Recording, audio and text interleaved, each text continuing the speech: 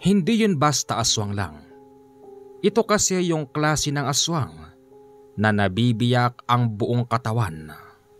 Tapos kapag naputulan mo sa bahagi ng katawan, bigla na lang itong tutubo. Kaya't ganun na lang ang pagtataka ko, Commander, ng gabing makalaban ni Lolo Pedrito, ang isang mangkukulam na tatawagin natin sa pangalan na Aling Valencia. 8:00 ng gabi, araw ng Martes, taon ng 1981 nang maganap ito. 20 anyos na ako ng mga panahon na yon at ako'y lumaki sa pangangalaga ng Lolo Pedrito. Katunayan, unti-unti ko na ring inaaral ang lahat ng kaalaman ni Lolo ng mga panahon na yon. Sabi nga niya sa akin, walang ibang magmamana ng kanyang kakayanan kung hindi ako lang.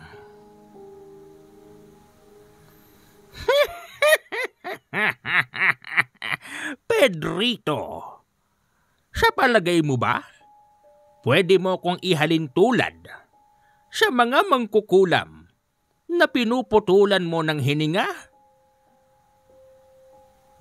Lumabas ka dyan, Valencia! Kung talagang matapang ka at malakas ka, lisanin mo ang katawan ng aking pasyente. Talaga? Nandito lang ako sa loob ng katawan ng pasyente, natatakot ka na? Paano pa kaya kapag nagpakita ako sa iyo ng harap-harapan, Pedrito? Lo, kakatakot naman yan. Kumalma ka lang, apo. Kayang-kaya ko ito. Uy, meron ka palang mauulila. Ano?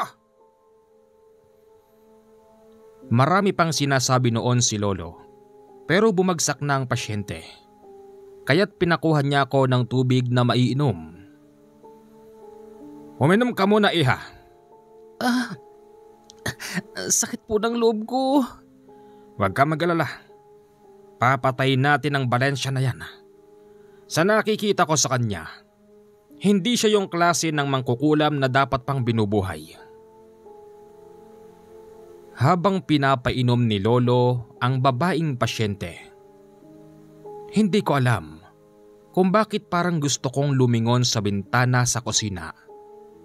Pagbaling ng ulo ko, Commander, nakita ko si Nana Valencia. Nakangiti ito sa akin. Labas ang ngipin niyang maitim. Yung mga mata niya'y para bang nagbabaga. Tapos yung ulo niya, balot na balot ng kulay pulang tela.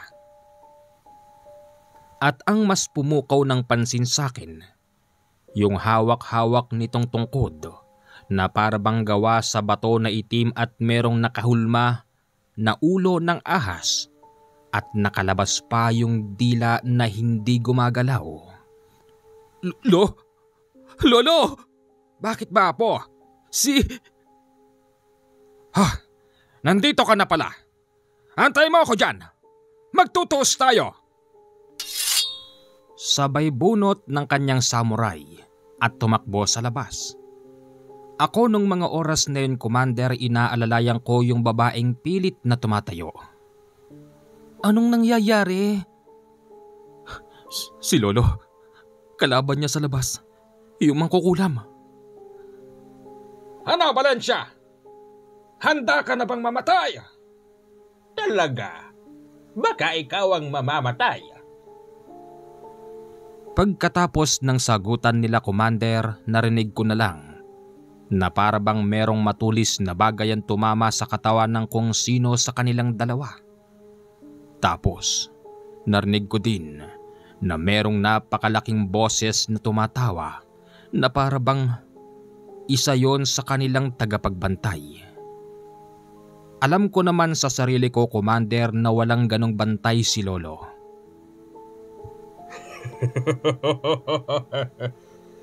Tuluyan mo na siya. Ano yun? Saan galing yung tao na yun? Dahil sa hindi ko kayang itayo yung babae, pinaupo ko na lang muna siya. Sumilip ako sa bintana at doon ko nakita yung siga na nag-aapoy. Sa pamamagitan ng liwanag ng siga, natatanglawan nito si Lolo na nakahandusay sa lupa habang hawak-hawak pa rin ang kanyang samurai. Humanda ka ngayon. Uulitin ko sa'yo, hindi ako pangkaraniwang mangkukulam. Sa bandang itaas nila, meron akong nakikitang isang napakalaking muka.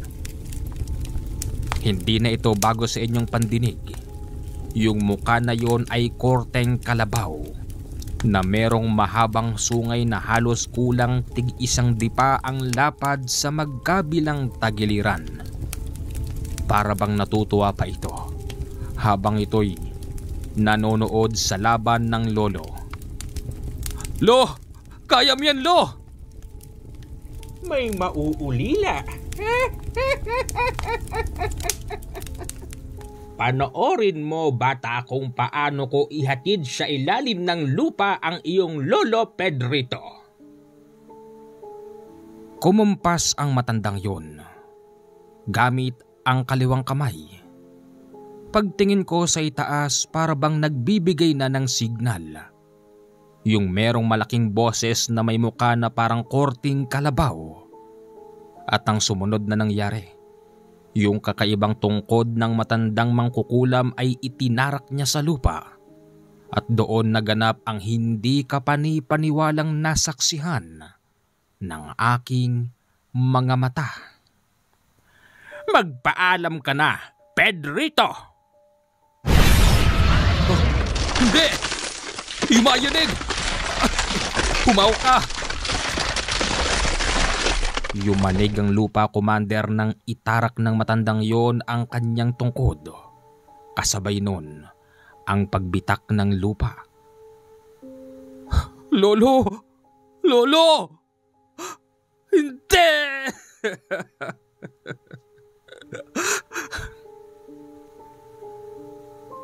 Tama po kayo nang nadinig. Nahulog si Lolo sa nabitak na lupa. Nang dahil doon, hindi na po namin na-recover ang katawan ng Lolo. Kasi yung lupang nabitak pagkatapos doon mahulog ng Lolo Pedrito, bigla rin yun nagsara. Kaya malaking palaisipan sa mga tao sa amin kung paanong nawala ang Lolo Pedrito. Maraming hindi naniniwala sa kwento ko, Commander. Marami ding nagsasabi na baka ang Lolo Pedrito ay nagpakalayo-layo na lang. Pero base sa aking mga nakita, iyon ang katotohanan. Nang mawala ang Lolo Pedrito, gusto kong magluksa. Gusto ko sana siyang bigyan ng maayos na burol. Pero wala akong magawa. Ganun pa man, dahil sa pagiging desperado ko, sinubukan kong hukayin kung saan nahulog ang lolo. Nakapaghukay na kami noon ng pantay tao, pero walang maski anumang bakas ng pinagbitakan ng lupa ang hinulugan ng lolo. Bandang huli, tinawag pa nila akong baliw. Ang tanging nakaintindi lang sa akin noon, ang kaibigan at kababata ko. Natatawagin na lang natin sa pangalan na Bugi. Yun ang totoo, Bugi. Dennis, naniniwala naman ako sa'yo, pare. Hayaan mo na yung nagsasabing hindi totoo. Apo ka ng albularyo. Marami talagang hindi ka panipaniwala ang mangyayari sa inyo. Pero ako, Dennis, eto ko. Hindi kita sasabihan ng katulad ng sinasabi nila, pare. Ano nang plano mo niyan? Plano? Dito lang ako. Matanong ko lang sa'yo, Dennis. Yun bang sinasabi mong mangkukulam na nakalaban ng Lolo Pedrito mo? Kilala mo ba? Oo. Taga rito lang din siya sa bayan na to. Oh? Di ano pang inaantay natin? Resbakan natin, pare. Pare. Kung ang lolo walang nagawa. Tayo pa kaya? Pare, hindi naman porkit nakakatakot siya, dapat na rin tayong masindak. Natutulog din yun. O di gapangin natin pag natulog. Di ba? Kesa yung gantong namumuhay tayo sa takot. Di ba? May punto ka pare. Pero sa palagay ko hindi natin basta magagawa yun. Bakit naman? Pare, merong gumagabay sa kanyang may mukha ng kalabaw. Nakakatakot. Oh? Oo pare, nakita ko yun At sa palagay ko, yun ang nagbigay ng kapangyarihan doon sa matandang mangkukulam para patayin ang Lolo Pedrito. Ganun ba? Pare, wala bang naiwan dyan ng lolo mo na magagamit mo? Katulad ng yung mga ginagamit niya pang gamot, yung mga langis, yung mga batong itim, puti, pula, tapos yung panglaban niya ng personal, yung samurai niya pare. Sa palagay ko pare, yung sinasabi mong mga bato, nandito nakatago. Pero yung samurai ng lolo, kasamang nahulog nung bumitak yung lupa. Ganun ba? Nako. Baka yung mga simpleng itak lang pare, hindi ko manadon. Yun na nga mahihirapan talaga tayo. Pero pare, naniniwala ako. Tao pa rin yun. May kahinaan din yun. Pag alam mo yung bahay, sabihan mo lang ako pare. Sasamahan kita. Kahit putulan ng ulo. Papatayin natin yung matandang mangkukulam na yan. Kung malakas siya pagdating sa usaping espiritual, pues, dadaanin natin siya sa lakas ng katawan. Salamat pare. Pinalalakas mo talaga loob ko. Siyempre naman, magkaibigan yata tayo. Makalipas ang isang buwan, marami pa ring naghahanap kay Lolo.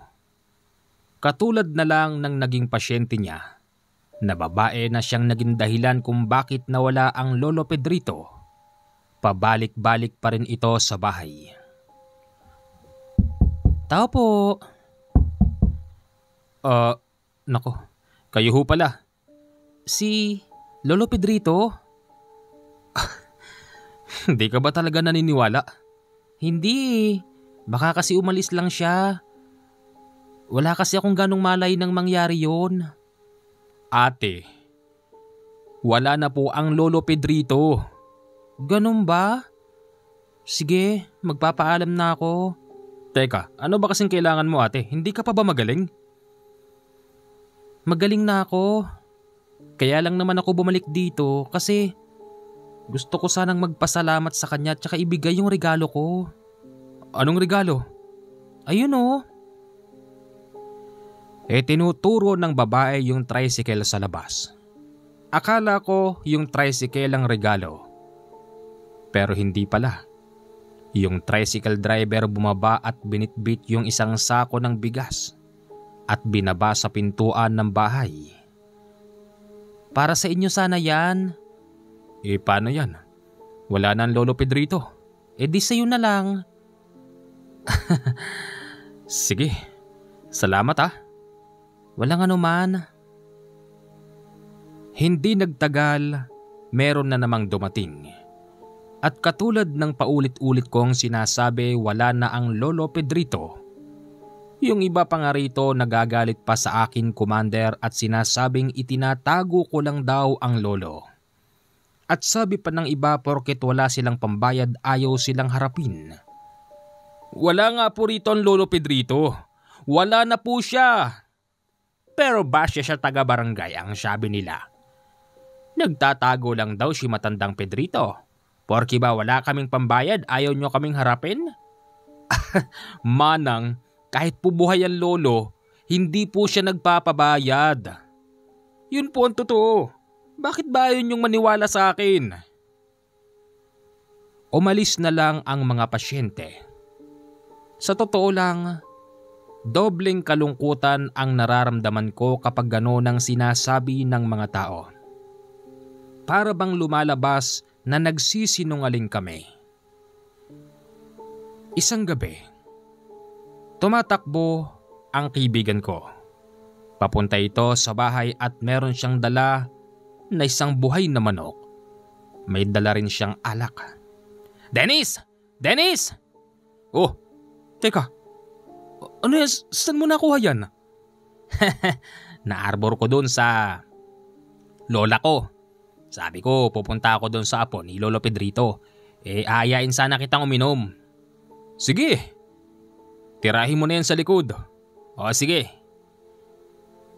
Laking gulat ko, Commander, biglang sumigaw ang kaibigan ko sa labas. Sabi niya, nakita niya raw ang Lolo Pedrito. Nakatayo daw ito sa tabi ng puno habang hawak-hawak yung samurai.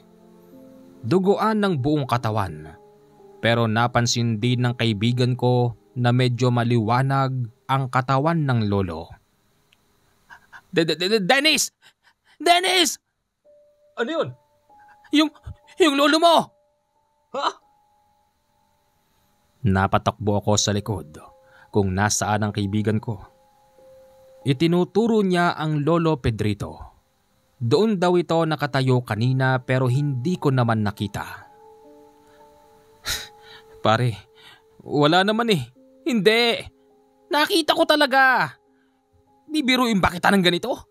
Nakatayo nga siya dyan eh. Nakatingin sa akin. Hawak yung samurai niya, pare." "Sigurado ka dyan?" "Oo." Nag-inuman na kami nung oras na yon. Ang kwentuhan namin ng aking kumpare, kababata, kaibigan ay puro patungkol kay lolo. Hanggang sa nagpaalam na ito dahil sa matinding kalasingan. Paano pare? Mauna na ako. Lolo Pedrito, wag mo naman tatakutin yung apo mo."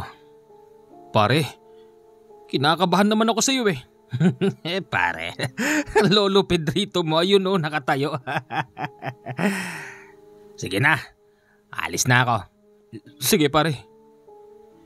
Nang lingunin ko yung tinuturo ng kumpare ko, hindi ko doon nakita ang kaluluwa ng Lolo Pedrito. Pero napansin ko, yung mga dahon ay umaangat na para bang may hangin sa gawin na yun. Mabilis kong tiniklop ang pinag-inuman namin. Natulog na ako nung oras na yon hanggang sa para bang merong tao sa tagiliran ko, Commander. Hindi siya gumagalaw pero ramdam ko talaga may tao. Paglingon ko, wala akong nakita. Kinuha ko yung kumot ko para magkulubong at doon ko narinig ang boses ng Lolo Pedrito. "Apo, huwag kang matakot. Ako ito, ang iyong Lolo Pedrito." "Lolo? Nasaan ka, Lo?" "Ako'y nasa kabilang buhay na, Apo. Apo, hindi pa rito natatapos ang laban ng lolo. Alam ko, Apo, na malungkot ka sa pagkawala ko. Pero Apo, huwag mong kakalimutan ng matagal ko nang hinabiling sa'yo. Ikaw ang lahat ng magmamana ng meron ako. At gagawin mo yon sa tulong ng gabay ko. Ako ang gagabay sa iyo, Apo." Lo? Nasaan kayo?" Hindi ko na narinig pang muli ang boses ng lolo. At ewan ko ba kung bakit mabilis ako nakatulog pagkatapos nun. Napanaginipan ko rin ng Lolo Pedrito ng gabing yun. Ayon sa aking panaginip, buhay na buhay ang lolo. Magkasama daw kami sa bahay. Katatapos lang daw noon umalis ng pasyente dahil ginilitan ng lolo yung sumaping aswang sa kanyang pasyente. Niyaya niya akong pumasok sa sarili niyang kwarto na nung mga panahon na yon, ito pa lang ang unang beses na makapasok ako doon. Meron siyang kinukuha sa ilalim ng kanyang kama. "Para sa iyo ito, Apo. Ang libretong ito, naririto ang lahat ng mga sikretong usal ng aking mga tangan. Kabisaduhin mo yan kailangan isaulo mo. Kada page na madadatnan mo't mababasa mo, nariyan ang mga tamang dasal sa aking mga gamit. Ikaw ang dapat magmana nito. At bukod pa riyan, ipapakilala ko sa iyo ang nag-iisa kong gabay. Base sa aking panaginip, itinuturo ng lolo ang bukas na bintana. Meron akong nakita ron. Isang babaeng hindi naman lumiliwanag ang katawan, pero napakaputi niya. Kaya kahit madilim nung oras na yon, nakita ko yung itsura ng babae. Siya ang aking gabaya po. Lo? Di ba? Patay ka na, Lo? Paano nga? Doon ako biglang nagising, Commander. Umaga na pala nung oras na yon. Bitin yung panaginip ko kay Lolo. Babae? Sino yung babaeng yun? Tsaka, kung meron siyang gabay na kakaibang tao o hindi man tao, paano siya natalo ng mangkukulam na yun? Pagbangon ko, Commander, sumilip ako sa bintana ng kwarto. Tiyempong nabungaran ko noon si Kapitan na papasok sa aking tinitirhan. Magandang umaga po. Magandang umaga po, Kapitan. Buti naman at gising ka na. Meron po ba tayong pag-uusapan? Meron. Kagabi kasi, may nangyari. Na ano po? Paano ba? Alam mo, Dennis, siguro, mas makabubuti kung magsasabi ka na ng totoo. Totoo? Bakit ho? Anong kinalaman ko sa nangyari kagabi? Huwag kang matakot. Ano po ba kasi yun? Kagabi, may sumalakay na aswang. O tapos? Ang masama nun, nakabiktima ng buntis. Dennis, hindi kami naniniwalang patay na ang Lolo Pedrito mo. Wala kaming ibang lalapitan kung hindi siya. Ilabas mo na ang lolo mo at patayin ang aswang na yun. Alam mo, Kapitan, gusto ko sana yung sinasabi mo. Ang problema, wala na nga ang lolo. At kung buhay man ang lolo, nasisiguro ko sa inyo na walang sino mang aswang ang maglalakas na loob na pumasok dito sa ating baryo. Kasi takot sila kay lolo. Pero kung nga alam nila na wala na ang Lolo Pedrito, ayan, matatapang na silang pumapasok dito ngayon. Maniwala ho kayo sa akin. Nahulog si lolo sa bumitak na lupa. Hindi ko na na-recover ang katawan niya. Oops. Akala ko pa naman pagpunta ko rito, pagbibigyan mo ko. Pero maging ako pala, hindi mo pagbibigyan. O sige, ganito na lang. Total, pinaninindigan mo naman yung sinasabi mo na yan. Gagawin ko ang trabaho ko bilang isang kapitan. Ganun na nga lang ho. Pasensya na po kayo. Inuulit ko po, kung buhay ang lolo, hindi sila papasok dito. Pero dahil wala na ang lolo, malalakas na ang loob nila manggulo rito. Sige. Hindi ako makapaniwala, Commander. Maging ang aming kapitan ay hindi pala naniniwala. Ang kinaiinis ko lang doon, para bang nabayaran na nila ang pagkatao namin kung mag-utos sila sa amin. Pagsapit ng gabi, dinig ko yung mga taong naglalakad sa kalsada. Nabobosesang ko rin doon si Kapitan. Ibig sabihin nagpapatrolya sila ng mga kasama niya. Kasabay noon ang pagpasok ng makulit kong kaibigan. Dennis! Dennis! Pare! Oh pare, ikaw na naman. Dinadalaw lang kita. Pare, alam mo na ba chismis? Anong chismis? Yung nangyari kagabi. Yung buntis, nadali ng aswang. Yun ba? Sinabi na sa akin yun ng kapitan natin kanina. Eto pa pare. Marami talagang hindi naniniwala na patay na si Lolo Pedrito mo. Mahirap naman talagang paniwalaan pare. Tapos, para bang sinisisi pa ng mga tao dito yung Lolo Pedrito mo kung bakit may nakakapasok daw na aswang. Kanina muntik na nga ako mapaaway dun dahil kasi siyempre kaibigan kita. Kababata kita. Dinedepensa kita pare. Pero marami sila kaya umatras na lang ako. Ganon? Oo pare. Naiinis ako para bang sinisisi nila kayo. At para bang meron kayong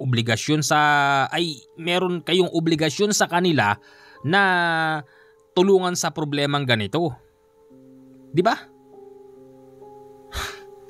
Para bang nabili nila pagkataon namin pare. Yun na nga. Yun ang hindi ko matanggap. Samantalang nung nabubuhay pa ang Lolo Pedrito mo, nanggagamot siya ng libre.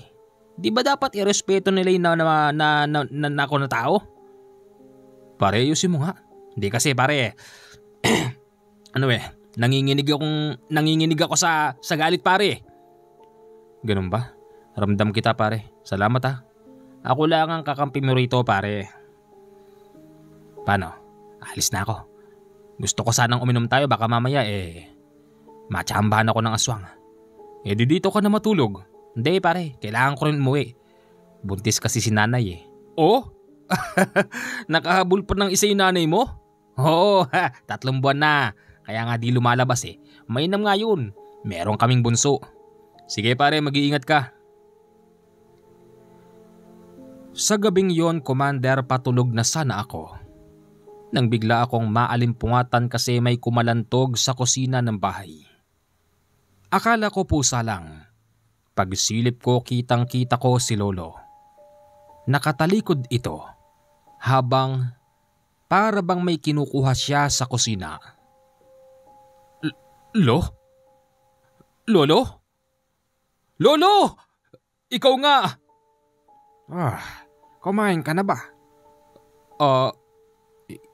Hindi pa lo.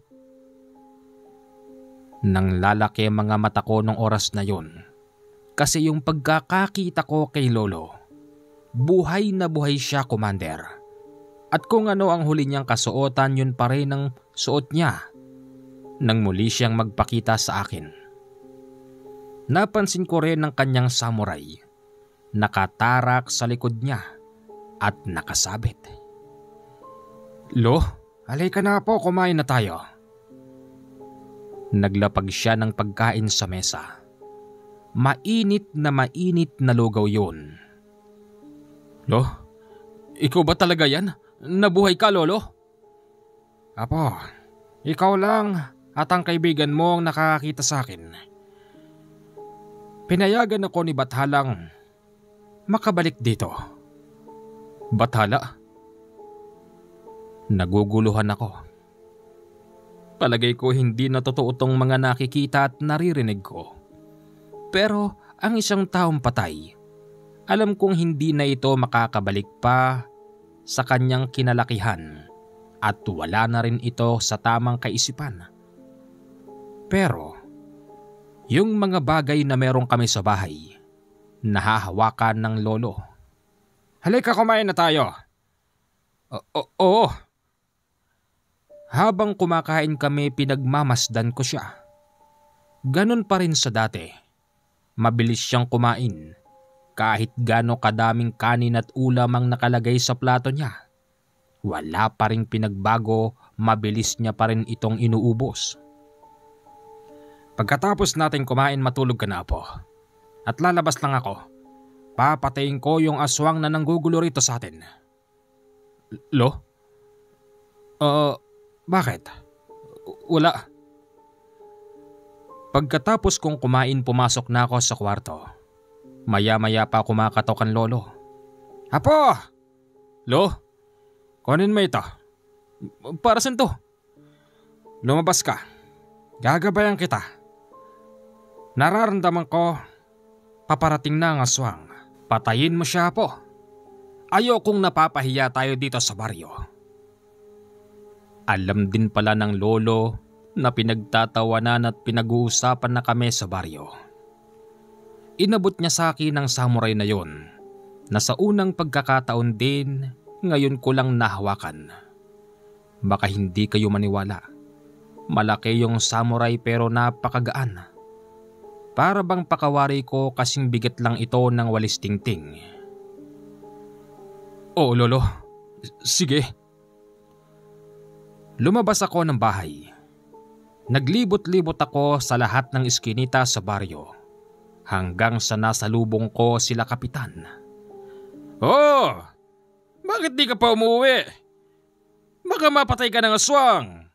Hindi ba sinasabi mo na patay na ang iyong lolo Pedrito? Wala nang magtatanggol pa sa'yo. Makakauwi ka na. Hindi ko siya pinansin, Commander. Nilampasan ko lang sila ng mga bantay bayan. Hanggang sa aking naramdaman, yung pinasuot din sa akin ng lolo na isang batong puti. Ramdam ko yung init nito. Kasabay noon para bang tumalas ang pandinig ko sa gawing kanan kung saan merong isang lumang bahay. Para bang merong tao doon na gumagalaw at nagmamasid sa aking mga galaw. Pumasok ako roon at nakita ako nila kapitan. Sa pagkakaalam ko ang lumang bahay na yon ay selyado. Mula sa bintana, pati na rin sa bubong, sa pader, sa pintuan halos hindi mapapasok ng magnanakaw. Dahil maraming mga antigong gamit ang naiwan doon. Hoy! Saan ka pupunta? Baka may mawala dyan! Sigaw sa akin ni kapitan pero hindi ko siya pinansin. Sinundan nila ako, Commander, hanggang sa mapalapit na ako sa pintuan. Ilang beses ko yon pinagtatatadyakan pero hindi ko mabuksan. Hoy! Magnanakaw ka no? May nakita ka bang ninakaw ko? Wala naman akong kinukuha. Eh bakit mo sinisipa ang pintuan na yan? Maraming mga antigong gamit ang naiwan dyan. Nang dahil sa ginawa mo kitang-kita kita, may karapatan akong arestuhin ka.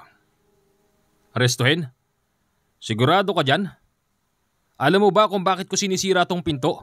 Dahil nasa loob niyan yung aswang. Aswang? Paano naman siya makakapasok dyan? Ang mga aswang ay kayang mag-anyong ibon. Kaya nilang maging isang maliit na hayop para lang mapasok ang isang bahay. Hindi siguro ganoon. Umalis ka na bago pa kita arestuhin. Umalis muna ako, Commander, at inaantay ko rin silang umalis. Buo ang isip ko at plano. Napapasukin ko ang bahay na yon. Meron kasi akong pagdududa na naroroon ang kanina pa nagmamasid sa akin. Sa kasamaang palad, buong magdamag pinabantayan ni Kapitan sa kanyang bantay bayan yung bahay na yon. Umuwi na lang ako sa amin bandang 3:00 na ng madaling araw. Pagbaba ko ng samurai, nakita ko na naman ng Lolo Pedrito. Hindi mo siya napatay? Hindi, Lolo. Tama ang ginawa mo. Doon nakatira ang aswang na pumapatay ng buntes. Lo? Anong klaseng aswang yun? Tik-tik. Pinamamahayan ng tik-tik ang lumang bahay na yon dahil alam niyang walang tao. Lo, saan siya dumaan? Sa bubong. Sa bubong siya dumaan. Apo, kahit ako'y wala na kailangan mong patayin ang aswang na yon. Ayoko napapahiya. Hindi ko gusto mga naririnig ko sa mga kababaryo natin.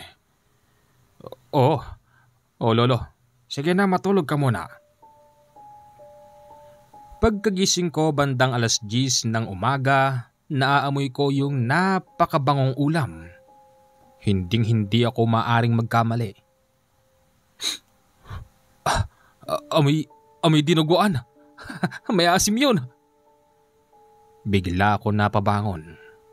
Pagkakita ko kay Lolo, nagluluto nga siya ng dinuguan.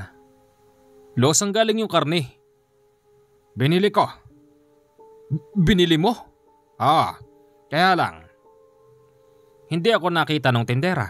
O di kinuha ko na lang. Iniwan ko na lang yung bayad.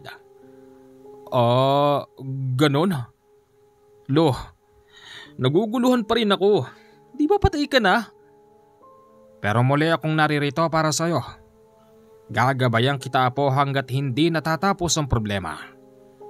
Siya nga pala. Narinig kong pinag-uusapan nyo ng kababata mo. Alam mo kung saan nakatira ang matandang Valencia na yon. At ang sabi sa'yo ni Boogie, resbakan nyo. Maganda ang sinasabi niya. Kasi tao lang din yon. Nagkataon lang na matibay ang tinutungtungan ng mangkukulam na yon. Kaya hindi ko siya kinaya. Lo, anong gagawin namin ni Boogie? Ganito. Tama yung sinabi niyang gapangin ng taong yon kapag natutulog. Pero hindi sa lahat ng pagkakataon ay pwede niyong gawin yon. May mga oras na hindi natutulog ang nagbabantay sa kanya.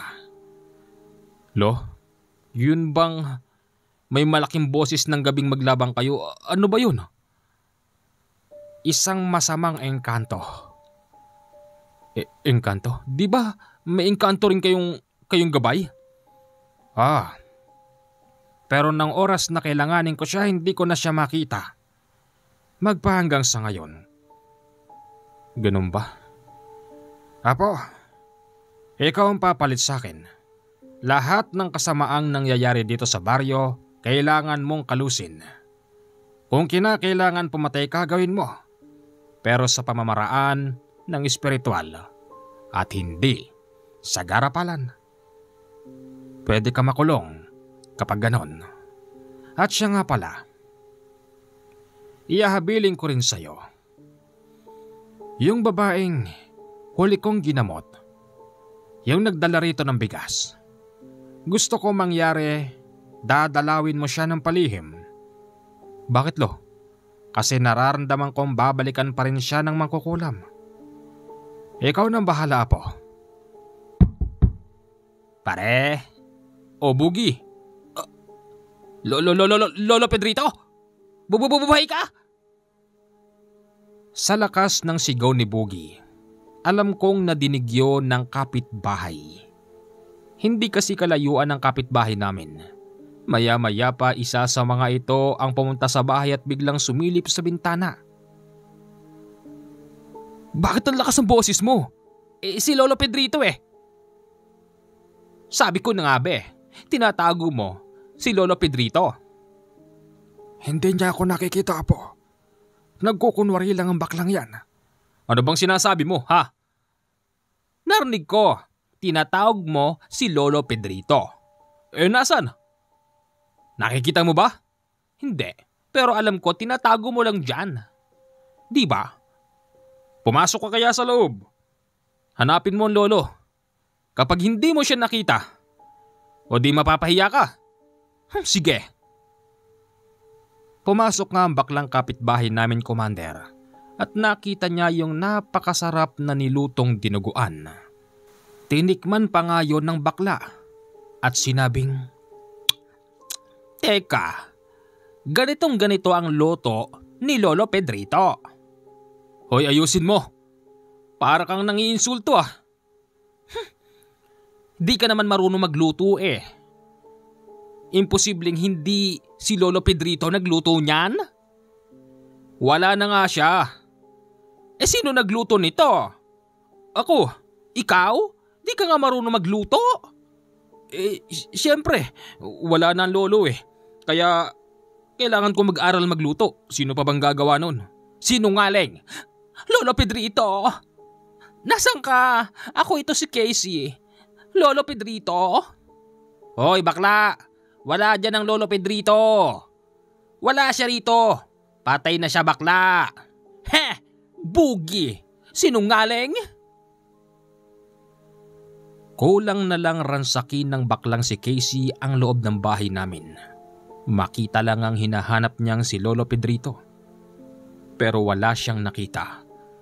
At ang masama pa nun, Paglabas niya, kinuha niya yung kalahati ng dinuguan. Kunin tong kalahati, ha? Teka, ulam namin yan. Kapal naman ang mukha ng baklang to. Ako bumili ng karne na yan. Siya nagluto, kukunin mo yung kalahati. Hanggang hapon pa namin uulamin yan. Basta, akin to. Wala kaming nagawa noon ni Boogie. Ang hindi namin alam, yung pagdadala niya pala ng kalahati ng ulam ang siyang mas lalong magpapalakas ng loob ng mga taga-baryo na buhay pa ang Lolo Pedrito. Alam kasi nila na hindi ako marunong magluto at tanging si Lolo Pedrito lang ang may ganong recipe sa amin. Maya-maya pa dumating na naman si Kapitan. Okay, Boogie. Nandiyan ba si Dennis? Nandito ho. Dennis! Dennis! Bakit ho, Kapitan? Sinasabi ko na nga ba sinungaling ka? Na ano ho? Pinatikim ako ni Casey ng dinuguan. Ang Lolo Pedrito mo lang ang nakakapagluto rito ng ganoon. Nasaan ang lolo mo? Sige na! Malaki ang problema natin sa mga aswang. Wala nga ho. Sinungaling! Sige, hanapin niyo matandang Pedrito. Pumasok ang mga bantay bayan at hinanap-hanap ang lolo. Pati yung kama ko, Commander, binaligtad pa nila. Yung mga aparador ng damit, binagsak nila. Lahat ginawa nila pero sadyang wala silang makita. Wala nga ho rito, Kapitan. Bakit ko naman tatago ang lolo? Kaunting pruweba pa. Kaunti pa. Siya nga pala, Kapitan. Ano yun? Yung problema sa aswang. Huwag nyo nang isipin yun. Bakit naman?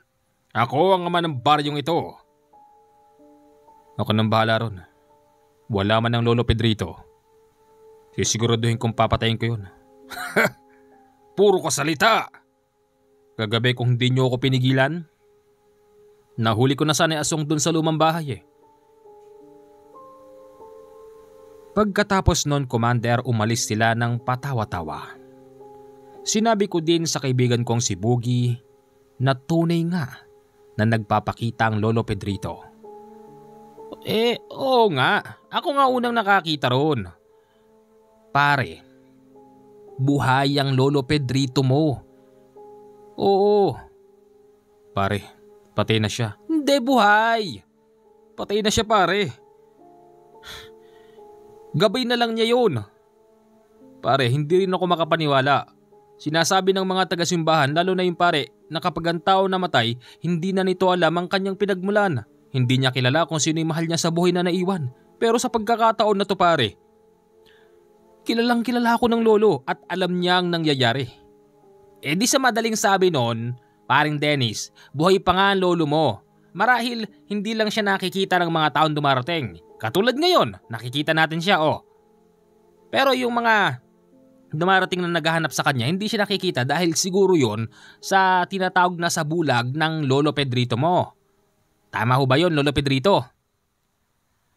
Kinalulungkot kong sabihin sa iyo, Boogie, pero... Pero ano po?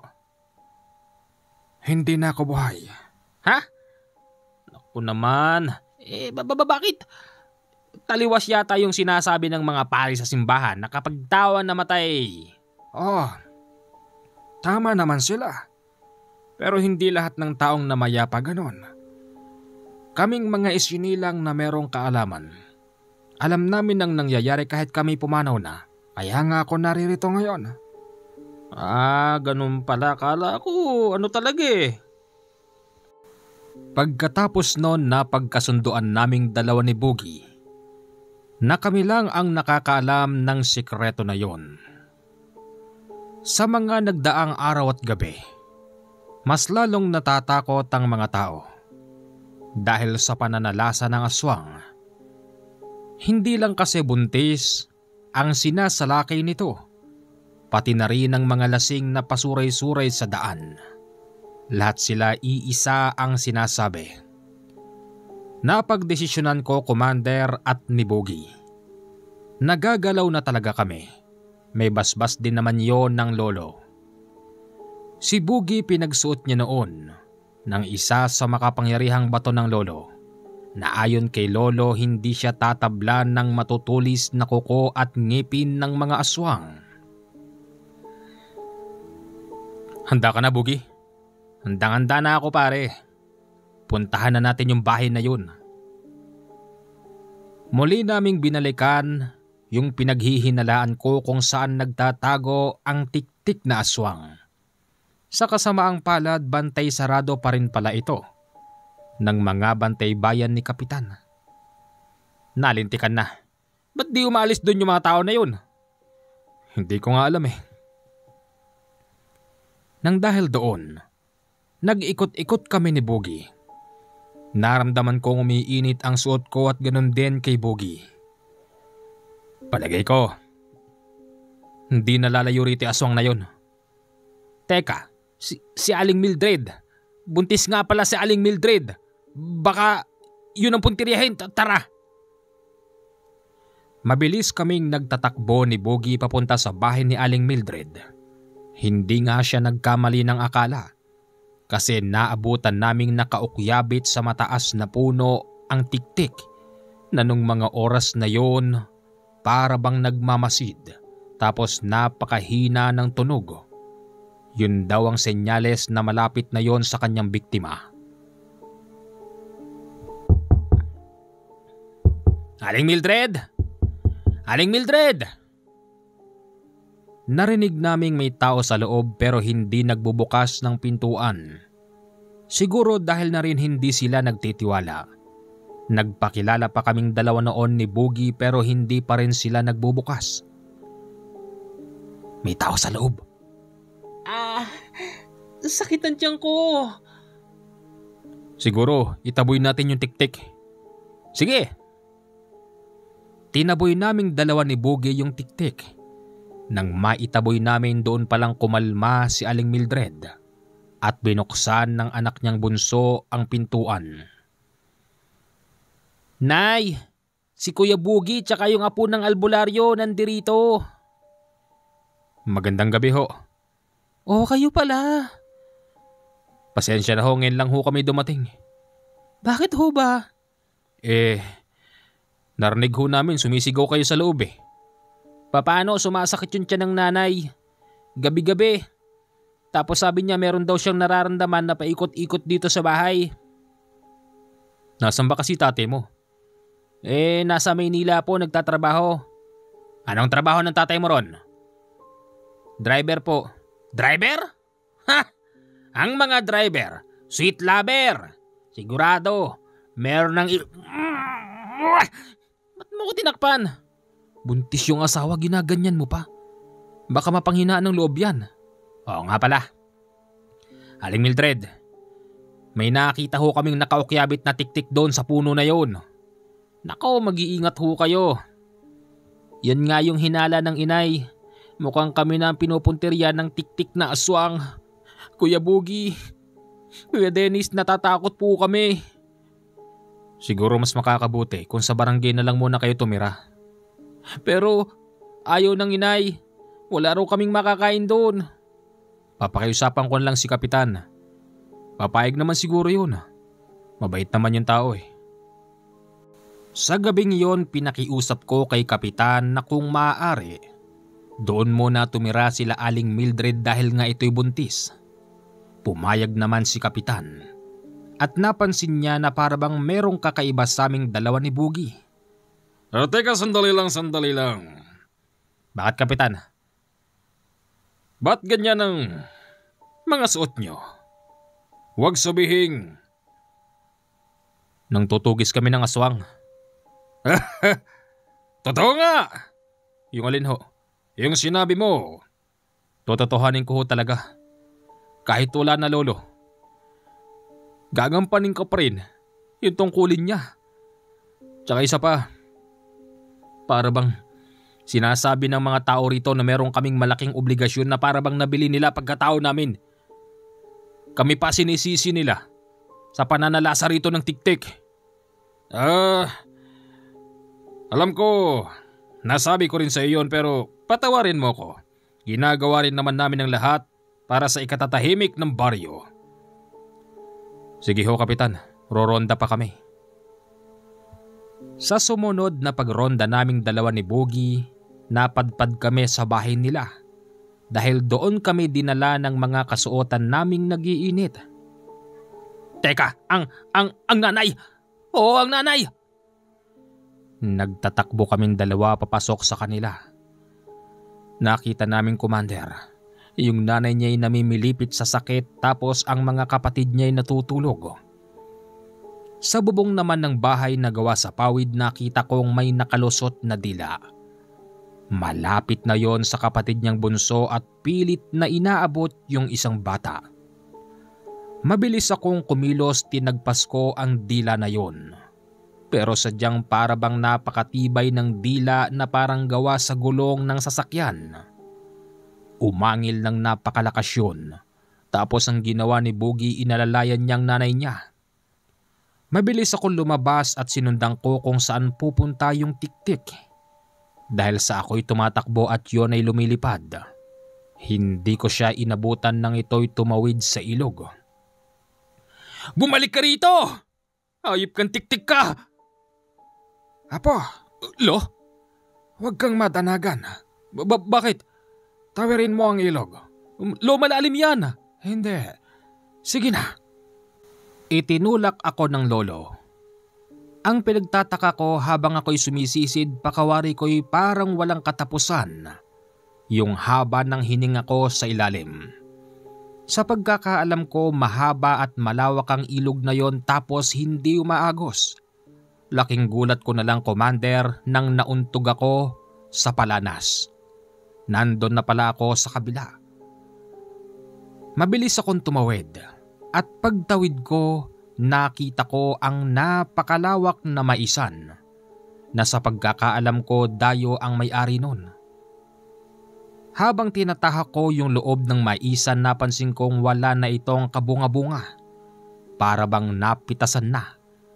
Sa kabilang bahagi noon nakarinig ako ng mga naglalagutukan na para bang may bunga pa roon at pinagnanakawan. Mabilis akong pumunta roon hanggang sa aking nakita ang isang matandang babaeng may hawak na tungkod at nakasuot ng purong pulang tela mula ulo hanggang sa paa. Ikaw? Buhay ka pa pala. Oo. Buhay pa ako. Ninanakawan mo yung mais? Ako ang may-ari ng maisan na ito. Ano? Hindi ako makapaniwalang may maisan pala ang matandang yon. At sa pagkakaalam ko, hindi siya taga doon. Nagulat ako sa kanyang binunyag. Ayon sa kanya, yung tiktik na sumasalakay sa aming baryo, tau-tauhan niya lang. Hindi nagtagal, yung tiktik na sinasabi niya ay lumapag malapit sa kanya. Dalawa pala yun, Commander. Parehas na lalaki. Heto na ang aking mga tauhan. Mga tao ko, magbigay galang naman kayo sa masarap na pagkain. Ikaw? Tao mo sila? Maraming salamat sa iyo, Panginoon. Dinalan mo kami ng pagkain. Ano? Panginoon? Diyos niyo yung matandang yan? Siya ang nagbibigay sa amin ng buhay. Baliw! Sige na, ano pang inaantay ninyo? Kumain na kayo ng hapunan. Yung isa rito mabilis na sumugod sa akin. Hindi ako pumayag na basta niya lang ako masaktan. Gamit-gamit ang samurai ng lolo, agad ko siyang inasbaran. Pero sadyang napakakunat pala ng balat ng mga ito. Tinatawanan pa nila ako, Commander. Sinasabing hindi raw tatalab ang gamit ko sa kanila. Kasi kung malakas daw yon, dapat hindi raw namatayan, lolo.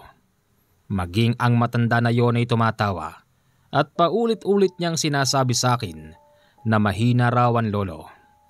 Kung talagang malakas ang lolo mo, dapat hindi siya namatay. Hindi ko nagustuhan ang sinasabi niya. Gusto ko siyang patayin. Gusto ko siyang puntiryahin. Pero humaharang yung dalawang tiktik. Kami muna ang labanan mo, bago siya. Oo! Bumulong sa aking isipan ng lolo ko. Sabi niya sa akin, yung hawak-hawak ko daw na samurai ay itarak ko sa lupa. Tapos yung nakasuot sa akin na bato na merong sabitan, ipalupot ko sa aking kamao yung tali tapos ipalaman sa aking kamao yung pinakabato. Ganon ang ginawa ko, Commander, at laking gulat ko dahil yung dalawang tiktik umaatras na para bang nasisindak sa nakikita nila. Ano? Hoy tanda, hindi porkit napatay mo ang Lolo Pedrito, itutulad mo ako sa kanya. Ngayon mo tawagin ang Diyos mo. Tawagin mo! Narinig ko na meron itong sinambit sa mga wikang hindi ko maintindihan. Pero sa pagkakaalam ko, tinatawag na niya yung nakita ko noon. Malas na lang niya nung oras na yon dahil walang nagpakita. Ibig sabihin wala siyang paghuhugutan ng lakas at sinamantala ko ang pagkakataon na yon. Nagulat din ako sa sarili ko kung bakit ganun na lang ako kabilis. Sinakal ko yung matanda, Commander. Inangat ko siya ng ilang beses at hinampas ko siya sa sako na may laman na mais. Habang yung mga tiktik, patraydor na sumusugod mula sa likuran. Pilit nila akong sinusugatan pero hindi ko nararamdaman. Basta't nakapokus ako sa matanda. Sinasakal ko siya tapos hinahampas ko siya sa mga mais hanggang sa kami ay napadpad sa putol na ipil-ipil. May kapayatan ng ipil-ipil halos kasing braso lang ng katawan ng tao. Patulis ang pagkakaputol noon hanggang sa nakaisip ako ng paraan para patayin siya. Mamamatay ka na ngayon! Ito ang ganti ko! Kahit matanda na yon, Commander, hindi ko siya kinaawaan. Sinaldak ko doon ng matanda hanggang sa natusok ang likod niya at tumagos sa tiyan niya yung matulis na pinagputulan ng ipil-ipil. Tumagas ang dugo ng matanda hanggang sa ito'y tuluyan ng namatay. Paglingon ko sa mga tiktik, nagulat ako dahil 3 na sila roon. Pero yung isa, si Boogie. Hawak-hawak nito ang samurai ng lolo at walang tigil na winawasiwas sa kanila. Ako harapin nyo! Kala nyo siguro sa akin ha? Boogie? Akin to. Huwag ka makialam. Iba yung tapang ni Boogie ng gabing yon. Hanggang sa narinig ko na ipaghihiganti niya raw ang kanyang nanay.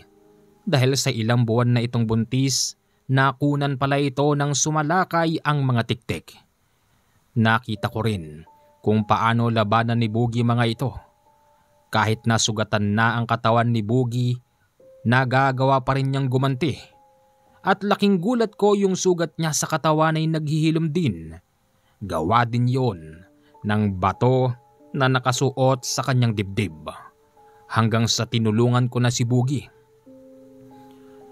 Halika rito! Tayong dalawa! Hoy, huwag kang mayabang. Tao ka lang. Aswang ka lang. Tik-tik ka lang. May kamatayan din kayo.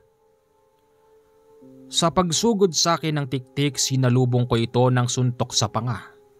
Kitang-kita ko nang umikot ang ulo nito ng ilang beses. Nabalian pala siya ng ulo, pero buhay pa rin.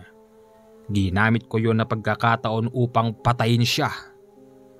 Sa pamamagitan ng paghahagis sa akin ni Boogie ng samurai ni Lolo, tinagpas ko yung ulo ng aswang at sinunod kong itarak sa dibdib niya ang samurai. Doon ko unti-unting nakita na naging abo ang aswang na yon. Yung isa naman Akmang tatakbo pa nang madampot ni Bugi ang kanyang paa. Malakas si Bugi ng gabing yon. Nagawa niyang ihampas ng ilang ulit sa lupa. Yung tiktik, nagawa niya rin itong buhatin at ipatong kung saan nakatusok ang katawan ng matandang mangkukulam. Nakita ko na tumagos din sa katawan noon ang matulis na ipil-ipil. Ayos! Ayos! Peram ako niyan. Anong gagawin mo? Di puputulan ko ng ulo. Hindi na dapat mong binubuhay ang mga alagad ng dilim na yan. Kaya mong gawin yun? Kung ikaw nga nagawa mo edi ako din. Buo ang loob ni Bugi nang sabay niyang putulan ng ulo ang mga ito. Pagkatapos nun, mabilis naging abo ang katawan ng tiktik at ng matandang mangkukulam. Nagbunyi kaming dalawa noon ni paring Bugi. Akala namin tapos na ang problema pero nagsisimula pa lang pala. Kasi pagkatapos naming patayin ng tiktik at ang mangkukulam, doon nagpakita sa amin yung sinasabing engkantong masama. Katulad ng una kong nakita, ganon na ganon pa rin ang itsura nito. Biglang nagliyab ang maisan. At sa taas nun, naroroon siya halos ulo at kalahating katawan lang ang nakikita namin. Ano yan? Ano yan? Halika na Bugi, umalis na tayo. Mabilis kaming tumakas ni Bugi sa nasusunog na maisan. Pag-uwi namin sa bahay, akala namin ligtas na kami pero hindi pa pala.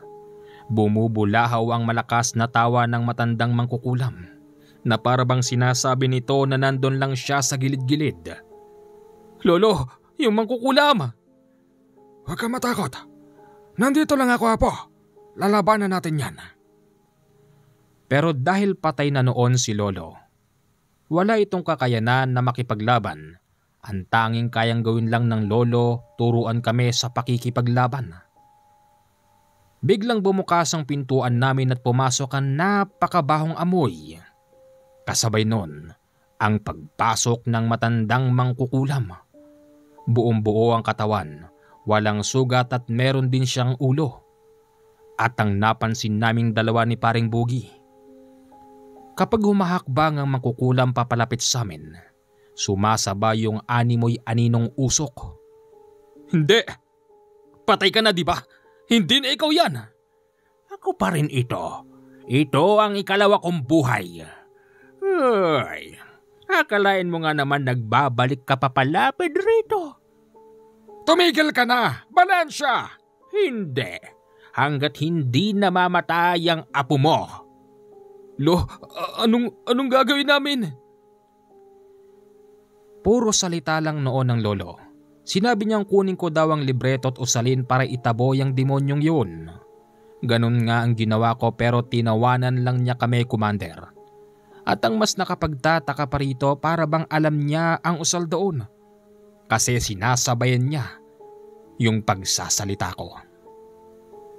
Ang hinding-hindi ko pa makakalimutan. Nakita kong may gumagapang na apoy. Papasok sa bahay namin. Tapos sa itaas ng apoy naroroon yung nakakatakot na may malaking boses. Ayan na siya, Apo! Tumakas na kayo! Tumakas na tayo! Masusunog tong bahay! Tumakas nga kaming dalawa. Ang Lolo hindi ko alam kung saan napunta nung oras na yon. Habang nasusunog ang buong bahay namin, nakita kong lumabas doon ang matandang si Valencia. Buhay pa rin ako. Ito ang ikalawa kong pagkatao. Humanap ka na ng albularyo. Dahil yun lang ang makakapagligtas sa'yo. Lagot na! Takbo na! Sinubukan ko rin siyang labanan, Commander, gamit ang bato na nakalagay sa aking kamao. Ganon din ang samurai ng Lolo. Pero iba siya. Hindi siya katulad ng Lolo na nakakahawak pa ng mga bagay. Ang matandang mangkukulam na yon hindi tinatamaan. para itong hangin lang na tumatagos sa kanyang aking suntok at samuray. Ganun pa man, kaya niyang magpagalaw ng bagay upang kami saktan. Para siyang nakakatakot na nakatira sa ilalim ng lupa. Kaya din niyang sumanib sa mga tao upang kami patayin. Sa mga oras na yon, para bang wala na kaming labang dalawa ni Paring Boogie. Wala na tayong laban. Suko na tayo. Ano? Susuko ka doon? Saan tayo pupunta? Punta tayo ng simbahan. Tara. Tumakbo kami ng simbahan at nakita namin doon si Pader. Sabi pa nito, may nakasunod daw sa amin. At yung sumusunod ay nakatira sa ilalim. Alam namin, Pader. Tulungan niyo po kami. Naglabas ng Bible si Pader. Kalmado lang ito habang binubuklat niya yung Bible. Sinabi niya sa amin na huwag kaming aalis at huwag kaming magpapasindak sa mga yan. Hanggang sa narinig ko, meron siyang binabasa doon na isang talata. Na ayon din sa aking pagkakaalam, hindi yata yun nababanggit kapag nagmimisa si Pader. Nang narinig na naming binabasa yon ni Pader, yung matandang mangkukulam, biglang nawala. Laking pagpapasalamat na lang namin kay Pader ng oras na yon. Sinabi din sa amin ni Pader na huwag kaming matatakot sa mga ganon. Ang kinakailangan lang daw naming gawin, lumapit kaming madalas sa Panginoon. Wala na raw mas makapangyarihan pa sa panalangin. At base rin kay Pader, hindi daw kami matutulungan, Commander, ng mga gamit-gamit namin. Sinabi pa nga niyang kilala niya raw ang lolo ko. Hindi raw sila parehas ng paniniwala. Ganun pa man, nire-respeto raw ni Pader ang aking lolo. Sinabi ko naman sa kanya na nire-respeto rin siya ni lolo kahit na magkaiba sila ng paniniwala. Ayaw naming umalis ng simbahan ng oras na yon. Para bang gusto naming doon na lang kami tumira. Pero hindi naman po pwede yon. Basta't pinayuhan kami ni Pader na yung mga gamit namin isantabi na muna namin at wala kaming ibang gagawin kung hindi manalangin dahil yun ang mas mabisang paraan at mas malakas na pananggalang. Ganon nga ang ginawa namin ni Boogie. Iniwan namin ang mga gamit namin sa simbahan dahil na rin sa utos ni Pader. Umuwi kami sa kani-kanila naming bahay at wala kaming ginawa kung hindi palaging manalangin. Napansin ko, Commander, yung bisa ng panalangin. Sa loob ng ilang araw, hindi na yon nagparamdam pa sa amin. At lumipas ang ilang mga linggo at buwan, tsaka pa lang kami nagkita ni Boogie. Nagkamustahan kaming dalawa. Sabi niya napakabisa nga ng panalangin. Dahil magmula raw nang manggaling kami sa simbahan, hindi na nagparamdam sa amin ang matandang mangkukulam. Nang dahil doon, isinantabi ko na ang mga gamit ng lolo. Yun din namang mga panahon na yon, hindi na rin nagpakita sa akin ang multo ni lolo na para bang tinanggap nito na mas tama ang sinasabi ni Pader. Sa ngayon, kami ni Boogie, nandito pa rin po kami sa aming baryo at naglilingkod sa simbahan. Matanda na po kami pero hindi po kami lumiliban. Lagi po kaming present sa simbahan. Maraming pari na ang nadistino sa amin. At lahat ng mga yon, iisa ang sinasabi. Commander, tatanungin po kita. Hindi ba't marami kang albularyo rito? Tama ba ang ginawa ko? Nakalimutan ang aking nakasanayan at sundin ang mga payo ni Pader. Maraming salamat po, sana'y merong response. Okay, sasagutin po natin to.